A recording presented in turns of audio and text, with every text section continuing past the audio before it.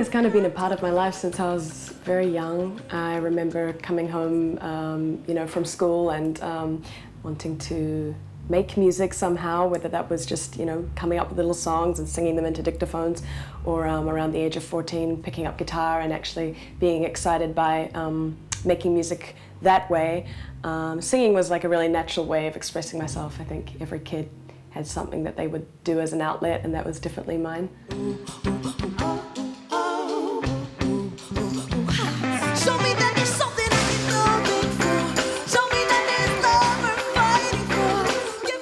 Well, the first device that I ever used that involved vocal layering was a Boss 8-track, but this was back when, once you'd finished the song, you'd have to burn it to a CD, and so you'd, spit out a little CD out the side, and you would mix the song as you go with little faders. And I really enjoyed that process of being sort of in control of, which vocal parts came to the focus, and I guess that was the start of me becoming excited by production. When I started playing gigs with my guitar, I wanted to be able to convey some of the different vocal parts that were in the recorded versions, and so I got the Boss loop pedal, which was really great for a period of time, but I guess I got to a point where I wanted to expand the different tones that I could produce in my voice. And I think someone told me about the VoiceLive Touch, and I was actually gifted one just to have a play with at the time when I was starting to play some festivals and gigs in Australia, and so I thought I'd give it a try. And it kind of, it opened up a whole lot of really great possibilities for me in terms of not just the looping functions, but also the shots mode, which kind of allowed me to use the VoiceLive Touch like a sampler, to be able to have different triggers that I could actually bring in and out. And that was exciting to me. And of course, the vocal manipulation on the machine, like having the octave effects and harmonizers, this was all stuff that, I hadn't really dabbled in for live performance, but it was very present on the record. A lot of those kind of complex harmonies or, octavers were present. So it was exciting to kind of be like, oh, now I can add these things to the live set and sort of convey the record truer to sort of how it was recorded.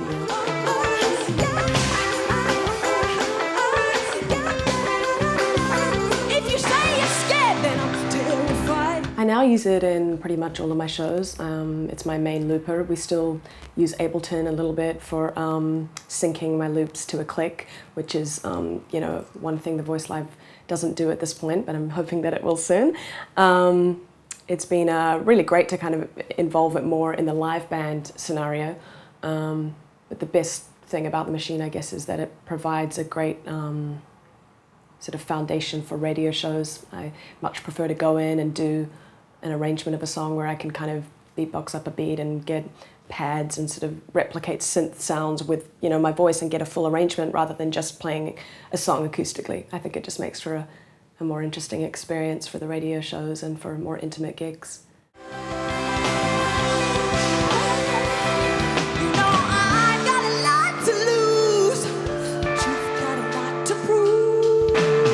So in the videos that you might have seen from South by Southwest and stuff like that, I use the octaver to kind of, I guess, put down a bit of a bass line and different effects to create the percussive elements, and then layer the loops with different tones. I mean, for me, color of the voice is such an exciting thing, and you can get so many different tones out of the voice as an instrument, and the VoiceLive is exciting because I guess it helps you to do that on the fly, without needing to be in a studio.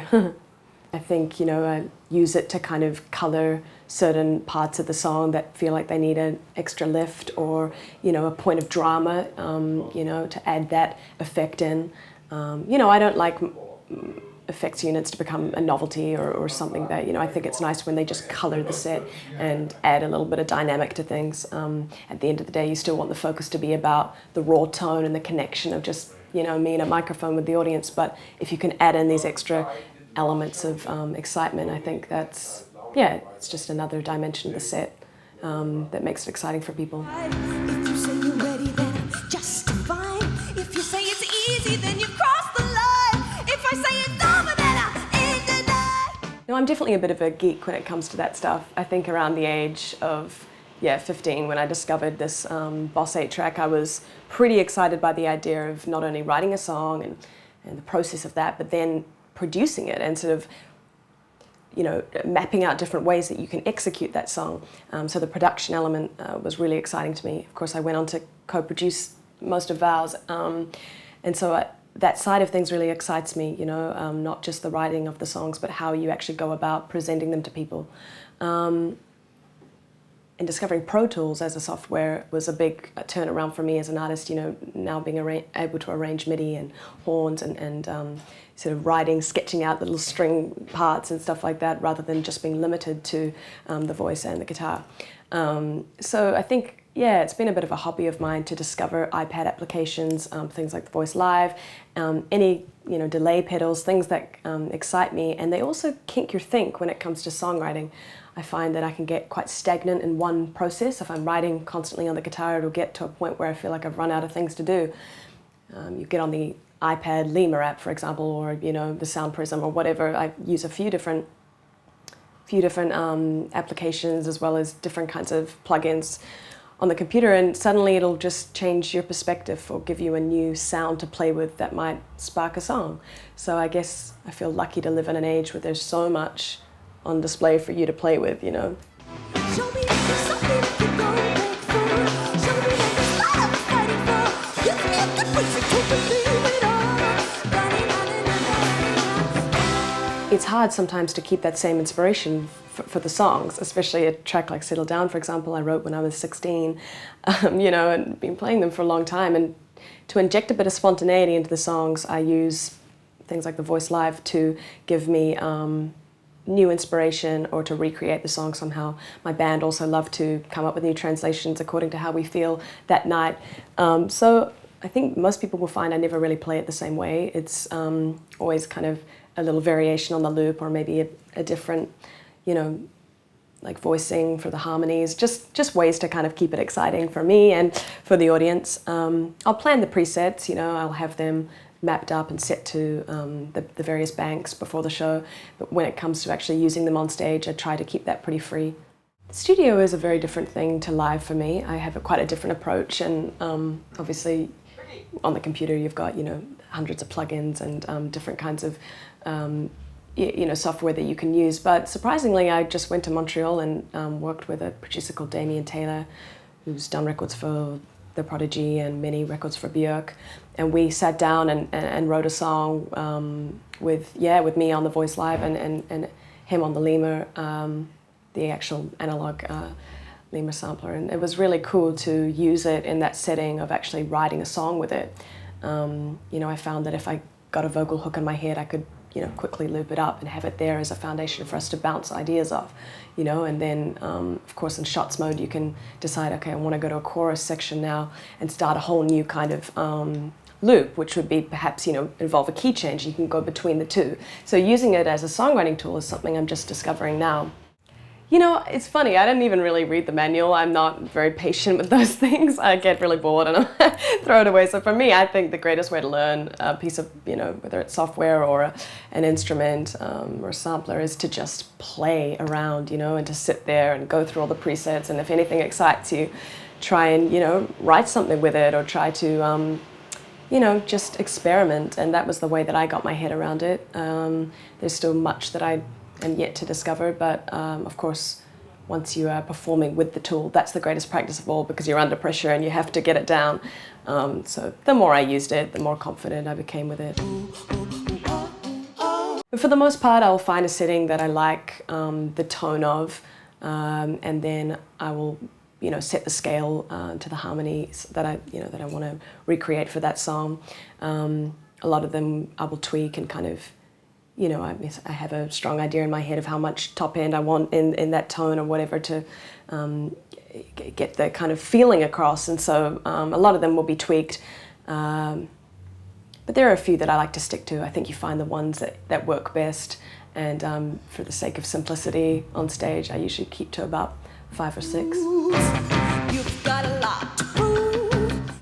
There's really no clear-cut formula for how I write songs. Anything can be a form of inspiration. I find I'm usually triggered by a drum beat or a groove. My ears will prick up for, you know, a certain rhythm, a beat, and I will have ideas vocally to bounce off that. Most of the demos that I write are done completely, you know, with the voice, full a cappella arrangements, and then I'll go and work on replacing the various sounds with, you know, guitar, bass, horns. So yeah, they're either written in that way, where it's sampling a drum beat and layering the vocals on top of them one by one and kind of creating the key changes around that, or really simply with a guitar. You know, I still write a lot of songs in that really kind of organic way of just picking up guitar and being inspired by, you know, scenery or, you know, just people watching. You know, lyrically I'm really excited by just, yeah, human interaction, the way people fall in and out of love, and film is really inspiring as well. I think for me, I really get excited by melodies that move and take you on a bit of a journey. Things that are a little bit angular or perhaps a little jarring, but then they have a resolve. You know, I think of so much of my favorite music as stuff that at times can throw you into quite a discordant moment, but then sort of ease the tension and sort of bring in something very satisfying.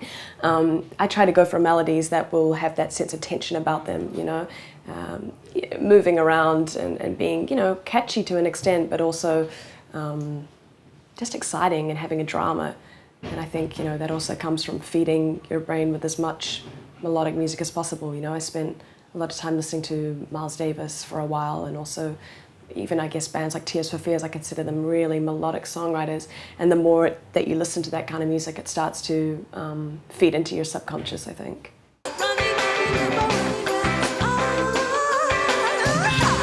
Yeah, I think there's a real variation of people that I'm inspired by. It definitely goes from that era and world of Billie Holiday and Nina Simone, Ella Fitzgerald.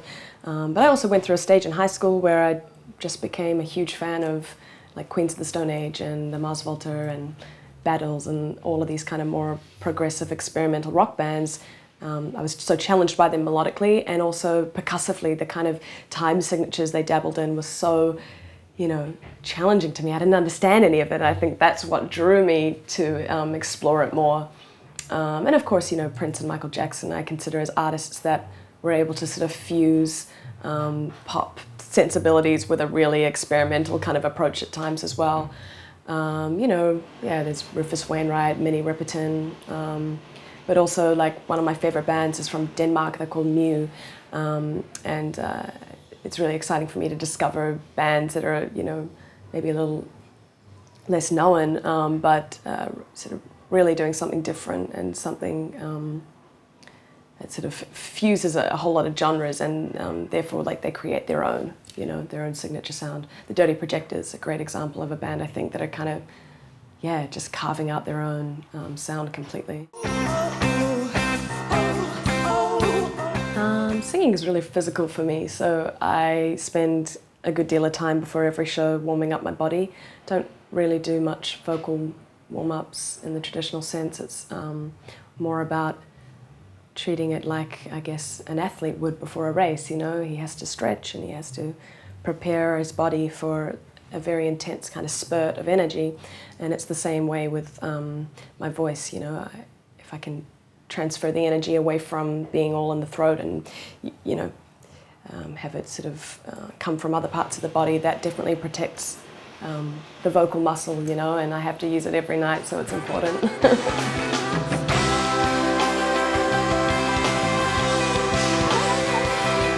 Yeah, I had a coach back in New Zealand who was really kind of forward-thinking in terms of this body work and making sure that you protect your voice by using the rest of your body to kind of project, and that was really helpful for me. She also taught me a lot about colouring, which is, you know, learning where to vibrate the air in your mouth to get different sounds and different tones.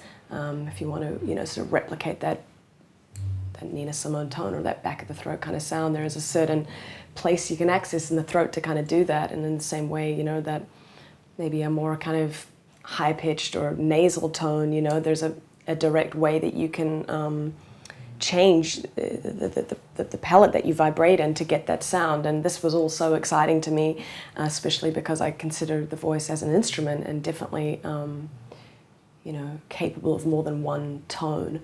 So to learn about that was pretty, yeah, was pretty defining for me. I've got a lot to lose. You've got a lot to prove. I plan on being a little more spontaneous with the next album, but you know, no one can predict these things. It'll take as long as it takes, and I'm excited to kind of give it that space and kind of get back to that zone of just inner stillness again, because touring life is there's a lot of noise going on all the time, and you know, I've been riding on the tour bus, but it's not quite the same as sort of hibernating in your studio and just getting that time to really explore the ideas. The exploration of different genres is probably quite integral to what I do. I mean, I get inspired by so many different kinds of music that I couldn't not let that kind of seep in to what I do. But in saying that, I'm sure that over time, you know, you start to refine your own sound, and it becomes a little more direct as to, you know, what that kind of signature sound is. I think vocals will continue to be a really big part of all my records, you know, in terms of translating arrangements with the use of the voice. But I'm not sure at this point. I have a few ideas. I have a few kind of, you know, areas of music that I've recently tapped into, which I haven't before, and I think that they may have a really direct influence on what I do next time round, so we'll have to wait and see.